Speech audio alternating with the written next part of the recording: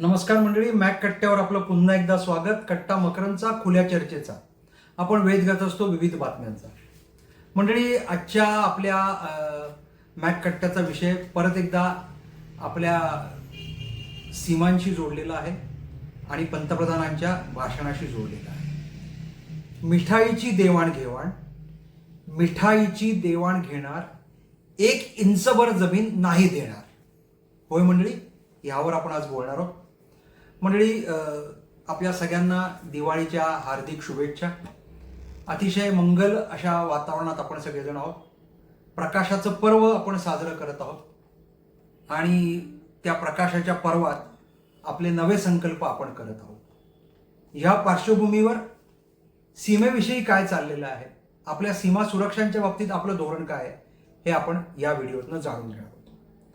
आपल्या सगळ्यांना माहिती आहे की 2014 साली नरेंद्र मोदी हे पंतप्रधान झाले आणि त्या वर्षापासून दरवर्षी अगदी आत्ता 2024 पर्यंत पंतप्रधान नरेंद्र मोदी आपली दिवाळी किंवा आपल्या दिवाळीचे काही दिवस हे आपले जे देशाचे जे सुरक्षा सैनिक आहेत, आपले जे रक्षण करतायत सीमेवर, आपले प्राण धोक्यात घालून, अशांच्या बरोबर साजरी करत असतात. एक वेगळ्या प्रकारचा संदेश पंतप्रधान म्हणून गेली 10 वर्ष नरेंद्र मोदी सातत्याने देत आहेत. लोकशाही मार्गाने बहुमताचं सरकार सत्तेत येतं आणि त्या सत्तेच्या केंद्रस्थानी असलेला प्रमुख जे पंतप्रधान आहेत घटनात्मक, ते जेव्हा अशा प्रकारे आपली दिवाळी किंवा आपला एक मोठा सण अशा सैन्याबरोबर साजरा करतात, तेव्हा स्वाभाविकच सैन्यामध्ये जवानांमध्ये एक वेगळ्या प्रकारची भावना निर्माण होते. देशवासियांचा आत्मविश्वासही उंचावतो आणि आंतरराष्ट्रीय स्तरावर एक कणखर आणि आवश्यक असा संदेश त्या कृतीतनं जात असतो. यंदाही पंतप्रधान नरेंद्र मोदी या असेच परत एकदा सीमेवर पोहोचलेले आहेत.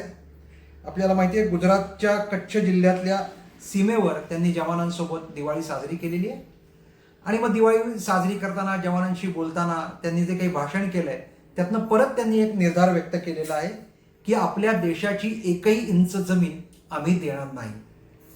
हा त्यांनी जो इशारा दिलेला आहे तो स्वाभाविकच जिथे आपल्या सीमा लागून आहेत त्या राष्ट्रांना त्यांनी दिलेला हा संदेश आहे. याच पार्श्वभूमीवर अगदी 2-4 दिवसापूर्वीची घटना काय आहे तर सुमारे 4.5 वर्षाचा एक संघर्ष पूर्व लडाखच्या सीमेवर चीन बरोबर चालू होता. गलवानमधलं आपल्याला प्रकरण माहिती आहे, फार काही जुनं नाही आहे. 4.5 वर्षाच्या ह्या संघर्षानंतर संघर्ष चालू असताना, कुरबुरी चालू असताना वाटाघाटीही सुरू होत्या आणि त्यातनं मग आता सीमेबाबत या दोन्ही देशांनी काही धोरण ठरवलेलं आहे, भारत आणि चीननी.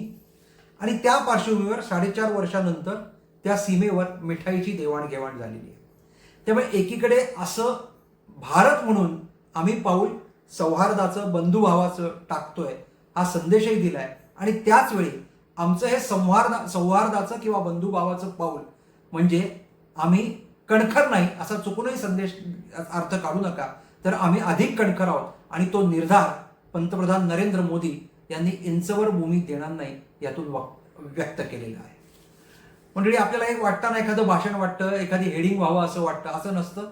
अशा प्रकारची जेव्हा आंतरराष्ट्रीय स्तराला संबोधणारी, एकूण देशाच्या सुरक्षेविषयी, सीमांच्या विषयी काळजी व्यक्त करणारी जेव्हा भाषणं होतात त्याचे खूप मोठे अर्थ निघत असतात आणि ह्यातून आपली जी तिन्ही दलं आहेत त्यांचंही मनोधैर्य उंचवतं.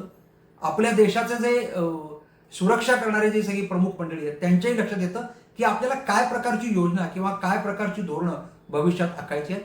मला असं वाटतं की फार भाषण न करता एक सूचक वाक्य नेमकेपणाने पंतप्रधान नरेंद्र मोदी यांनी सांगितलेलं आहे आणि त्यातून विकसित भारत किंवा 2047ची जे सारखा संदर्भ देत आहेत, स्वातंत्र्य मिळवण्याला जेव्हा शताब्दी होईल, 100 वर्ष पूर्ण होतील, तेव्हा आपल्याला काय करायचं आहे, मला असं वाटतं की त्या सगळ्याची सुरुवात अशा प्रकारच्या वक्तव्यातनं होत असते. म्हणून दिवाळीच्या पार्श्वभूमीवर ऐन दिवाळीत जवानांबरोबर दिवाळी साजरी करताना हे केलेलं जे वक्तव्य आहे त्याचे आपण नेमकं समजून घेतलं पाहिजे. म्हणजे आपण आपल्या प्रत्येक ठिकाणी आपापल्या क्षमतेनुसार दिवाळी साजरी करत आहोत, आनंद घेत आहोत.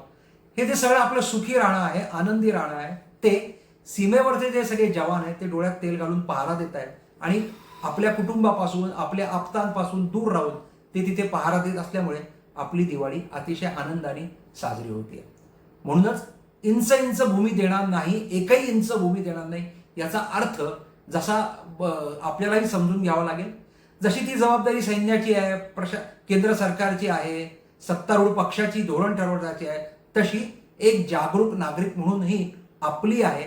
आणि आपलं स्वत्व, आपलं काहीही आपल्याला गमवायचं नाहीये. आणि म्हणून यंदाची दिवाळी साजरी करत असताना आपल्याला वक्फ बोर्डाचा विषय समजून घ्यायला लागेल.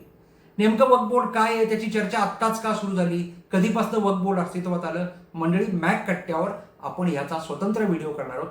हा मी संदर्भ एवढ्या करता दिला की आपल्याला भूमी गमवायची नाहीये आणि ती भूमी कुठल्याही कारणाने आपल्याकडनं हिसकावूनही घेतली जाणार नाहीये. याच्याकरता आपल्याला खूप जागरूक राहावं लागेल. सजग राहो, सावध राहा याचा अर्थ काही वेगळा नाही. दिवाळी जशी साजरी करताना आपण जसे फटाके उडवताना काळजी घेतो, लहान मुलांना सांगतो अरे जरा दुरून फटाका लाव, अंगावर उडणार नाही याची काळजी घे, आपले फटाके दुसऱ्याकरता त्रासदायक ठरणार नाही याची काळजी घे, असं जेव्हा आपण सांगत असतो काळजीपोटी, तशीच काळजी आपल्याला आपल्या भूभागाची घ्यायची आहे. आणि त्या भूभागाविषयीचा निर्धार पंतप्रधानांनी व्यक्त केलेला आहे. मंडळी, हा खूप मोठा संदेश आहे. आपापल्या स्थितीत आपल्याला तो समजून घ्यायचा आहे. आणि आपला भूभाग टिकवायचा म्हणजे काय, जननी जन्मभूमी स्वर्ग से महान आहे म्हणजे काय हे आपण समजून घेतलं पाहिजे. आणि म्हणून आपण ज्या भूभागात राहतो, ज्या भूभागात आपलं वास्तव्य आहे, त्या भूभागाला कोणीही कब्जा मिळवणार नाही याकरता जागरूक राहिलं पाहिजे. आणि म्हणून अशा प्रकारचे संदर्भ वेळ काढून आवर्जून समजून घेतले पाहिजेत. यातलं राजकीय आहे अशी नकारात्मक जी चर्चा होते ती टाळली पाहिजे. उदासीनता झटकून टाकली पाहिजे. आपण दिवाळीत पणत्या लावतोय, आसमंत उजळून टाकतोय, तसा आपला मनाचा गाभाराही उजळून काढला पाहिजे. आणि असे सगळे विषय जे राष्ट्रीय सुरक्षेशी म्हणजेच आपल्या जगण्याशी जे जोडलेले आहेत ते या निमित्ताने समजून घेतले पाहिजेत. मंडळी, मॅक कट्ट्यावर आज इतकंच. कट्टा मकरंदचा खुल्या चर्चेचा शेअर करा, लाईक करा, सबस्क्राईब करा. धन्यवाद.